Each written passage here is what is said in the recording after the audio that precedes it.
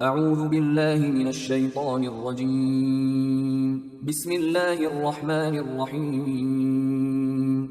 سورہ ابراہیم آیت نمبر 35 تا 41 میں وضاحت کہ ابراہیم علیہ السلام نے اپنی اولاد کو مکہ کی اس بے آب و گیا وادی میں اللہ کے گھر کے پاس اس لیے بسایا تھا کہ وہ صرف اسی کی عبادت کریں اور بتوں کی عبادت سے محفوظ رہ سکیں، لیکن قریش نے جنہیں ابراہیم علیہ السلام کی اولاد ہونے کا دعویٰ ہے بتوں کی پرستش شروع کر دی۔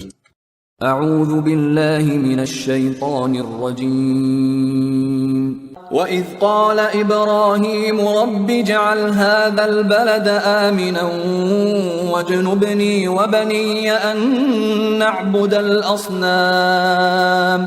اور وہ وقت بھی قابل ذکر ہے جب ابراہیم علیہ السلام نے اللہ سے دعا کی تھی، اے میرے رب اس شہر مکہ کو امن کی جگہ بنا دے اور مجھے اور میری اولاد کو بتوں کی پرستش سے ہمیشہ بچائے رکھنا۔ رب انہن اضللن کثیرا من الناس فمن تبعنی فانہ منی ومن عصانی فانک غفور رحیم۔ اے میرے رب بے شک ان بتوں نے بہت سے لوگوں کو گمراہ کر ڈالا، پس جس نے میری پیروی کی تو وہ میرا ساتھی ہوگا، اور جس نے میری نافرمانی کی تو بے شک تو بڑا بخشنے والا اور ہر وقت رحم کرنے والا ہے۔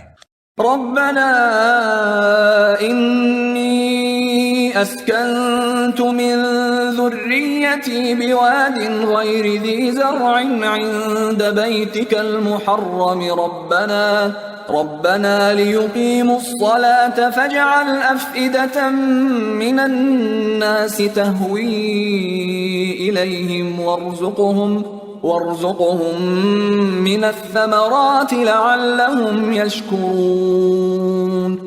اے ہمارے رب میں نے اپنی کچھ اولاد کو ایک بے آب و گیا میدان میں تیرے حرمت والے گھر کے پاس لا کر بسا دیا ہے، اے ہمارے رب تاکہ وہ نماز قائم رکھیں، پس دوسرے لوگوں کے دلوں کو ان کی طرف مائل کر دے اور انہیں ہر طرح کے پھلوں کا رزق عطا فرما تاکہ وہ تیرا شکر بجا لاتے رہیں۔ ربنا انک تعلم ما نخفی وما نعلن۔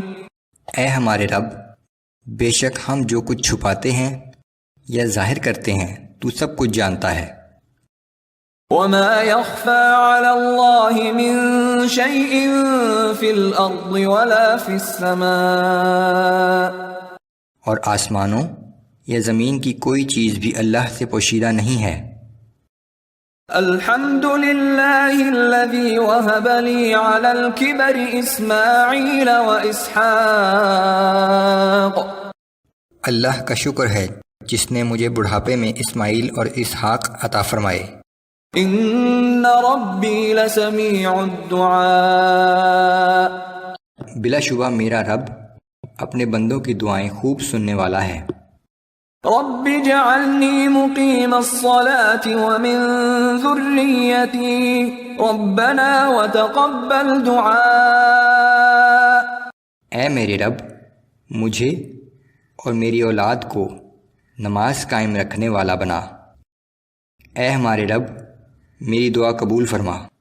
ربنا اغفر لي ولوالدي وللمؤمنين يوم يقوم الحساب۔